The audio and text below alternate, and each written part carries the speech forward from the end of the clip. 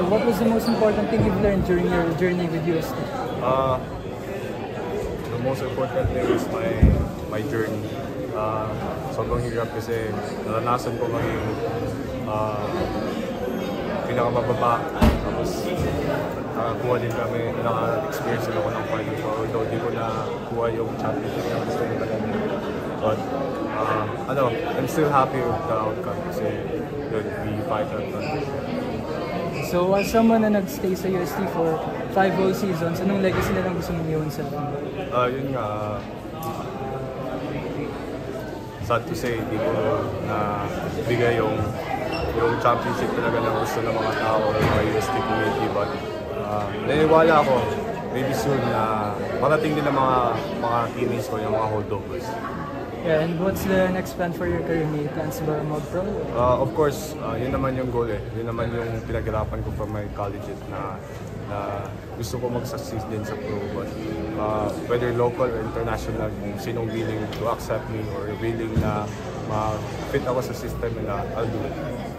Nick, dito sa UAP, hindi na nga ganun ka bilira yung mga full 5 years. So, with your full 5 years sa USC, gusto mo ba maiwan yung tradition of loyalty, of sticking to the program to the highest and lowest?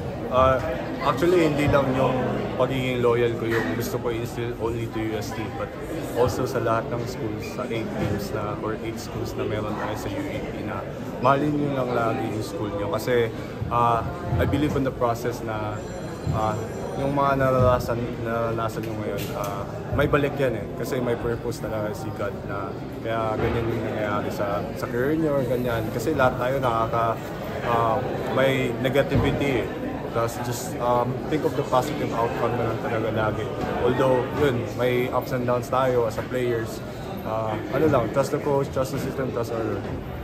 Make 5 years na sa USC, parang tatlong head coaches, maraming nangyayari, high or low man. Pero ano lang yung pinakababaunin mo na lesson as you go nga, nabagit mo nga kanina, into your professional career naman ngayon? Yung siguro yung babaunin ko for this is yung pagiging maturity ko and how to be a leader of the team.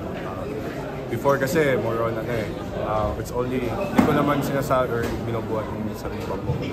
Yun nga, sa mga rekita, sa mga tao, medyo ako lang talaga lang but I believe na yung mga teammates ko ngayon, kayang-kaya din nila maging grow or maging katulad ko in the near future. Hindi lang sa mga teammates ko, pati na rin sa mga fellow, mga basketball players in the future. Speaking of future, may mga nagpaparamdam na mga potential teams, maybe overseas? Sa overseas, I can't comment about that kasi more on nakafocus talaga ako sa UAP. But on the local naman, meron naman nag-regional teams na try to contact me. But hindi ko talaga sila kinausap kasi gusto ko talaga mag-focus talaga sa UAP. Nick, sa tingin mo, sino yung sa mga matitirang players, sino yung pinakakaya or may potential to not only fill in your shoes mo, pero kumbaga yung magiging next quote-unquote King Tiger na? Actually, apat sila ngayon. Si Amniel, si Mark, si Jello, tsaka si Colin. But of course, we have a different play style, no?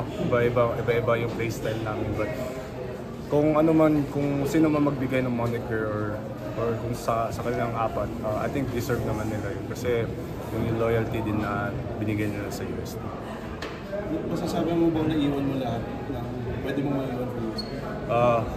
I think sobra pa nga kasi achievements-wise talaga, academically, na narating ko rin sa UST, malaking bagay. I'm considered as an alumni na rin sa UST and of course sa basketball career ko rin sa UST.